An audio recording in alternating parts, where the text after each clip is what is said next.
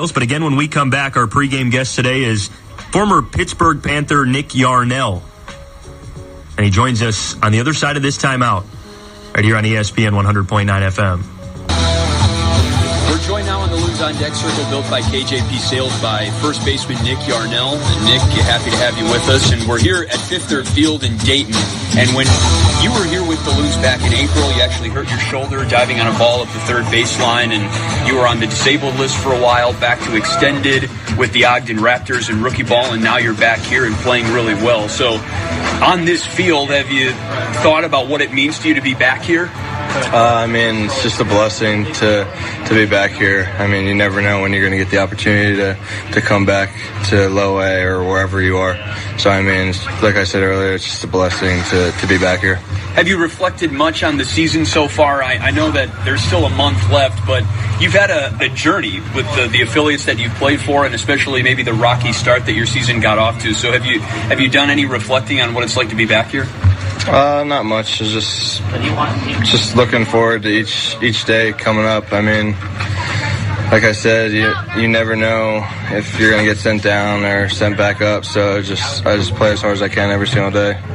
We're talking with Nick Yarnall on the Loons on Deck Circle, and Jeremy Rodriguez, the Loons field manager, said that since you've come back and rejoined the team, he's noticed a big-time difference in your approach and how you get ready for games.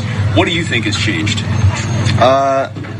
I'd say my approach before games, just kind of getting focused and just learning what I need to do, like just keeping the same routine every single day, and it's really helped me, and it's really all just keeping the same routine. Can you share a few points about that routine?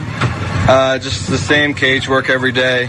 I don't have the same routine to like when I have to get to the field or anything. It's just I do the same stuff in the cage every day. I go through the same 3 drills and then just hit BP. But I just more focused, I guess. Why do you think you didn't have that routine at the beginning of the season? I think because in college I never had to do anything like I didn't do prep work like to get my hips looser or keep the same routine, just because we did different stuff every day in college. So I think it just took me a little bit of time to get into what I needed to do. We're talking with Nick Yarnall. He reached base in every game he played in the month of July, spread out between 2 Dodgers affiliates, including the Loons. And what a matchup tonight. What a test for the offense, facing Major League rehabber Anthony DeSclafani. What have you seen on film from him? What does he really bring to the table that makes him so good? I think he really can command all his 5 pitches. The fastball, curveball, slider, changeup, and cutter. So I think he can command them, and he keeps the ball down in the zone. So we just have to be looking forward to attacking him early and just jump on his fastball. What have you and the other hitters been talking about as far as an approach to get after this guy? Because he's a big leaguer, he's going to be around the zone. So just pick your pitch and just take a good hack at it. Whatever happens from there. Is it a big deal for you guys, honestly, going up against a major leaguer on the mound? I wouldn't say anything. Not really. It's just another guy. It's probably a little bit more exciting just because you get to see what you can do against him, but it's the same approach. Is this the first time in your career you faced a current big leaguer? No, it's not. Last year, when I was down in the AZL, I faced 2 big leaguers in a game, and then I think in spring training I faced a few, but I'm not sure. Were they notable names? The only one I can remember was Houston Street and Al Albuquerque. And 2 I faced. Those are 2 pretty big names. What was that like? Well, when I faced Al, I didn't know it was him before I went up to the bat, and I got up like 2-0, and then he painted like 3 95-mile-an-hour cutters on me, and I was laughing on the way back. I was like, this guy shouldn't belong here. And then I was told after the game who it was. So. Gotcha. So you went back to the dugout and you were thinking to yourself, man, this guy is pretty great. Yeah. So I didn't know what to think. Again, he's Nick Yarnall, and who do you think is the best pitcher you've faced at any stage of your career? It could be Little League, but who do you think is the best pitcher you've ever faced? I have no idea. I really don't know. A couple names come to mind, perhaps? I know you faced a ton of guys. I suppose they're all good. That anybody at this level is going to be good anyway. Yeah. But look, switching to the defensive side of things, we've seen you make some pretty nice picks at first base, even a couple nice catches on some soft line drives.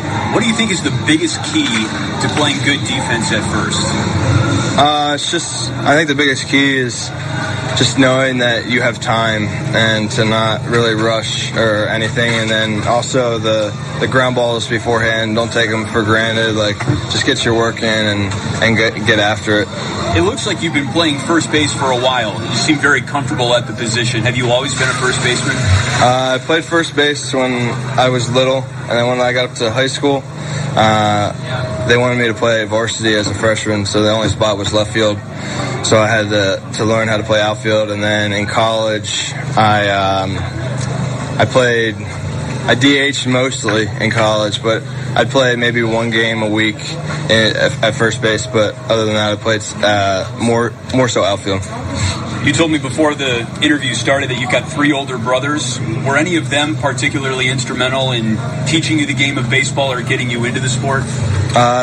The 2 people that were probably influential on me was my oldest brother, Brian, and then my dad, Scott. So, I mean, those are probably the 2 most influential people that come to mind for baseball. All right, Nick, well, it's great to have you back, and certainly have enjoyed seeing you swing a hot stick and play some pretty good first base at defense, too. So stay healthy the rest of the season, and we'll talk soon. Thank you. I'll try. He's Nick Yarnall. We'll be back after this on ESPN 100.9 FM. Is All A's Automotive and Transmission The key for tonight's game, 7 home runs. The 2-2 to Yarnall.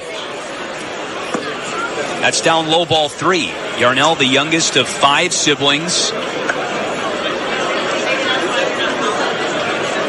Oldest brother Brian credited by Nick as being a major influence on Nick getting into the game of baseball, and of course loving and cherishing the sport. He now plays professionally.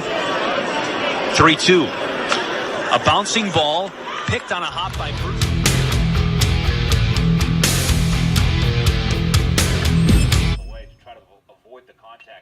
And a shot to right field. A deep home run for Nick Yarnall. A 2-run homer. The Panthers up 9-4. Wow. That ball was crushed by Yarnall. Off the bat, a no-doubter. Johnson in right field just turned around and said goodbye. He didn't even make a step towards it. That ball out there with Ron Sherman's from Friday. Yarnall, that power, my goodness. And it was a courtesy jog back for the right fielder, Kel Johnson, because that was gone from the first crack of the aluminum.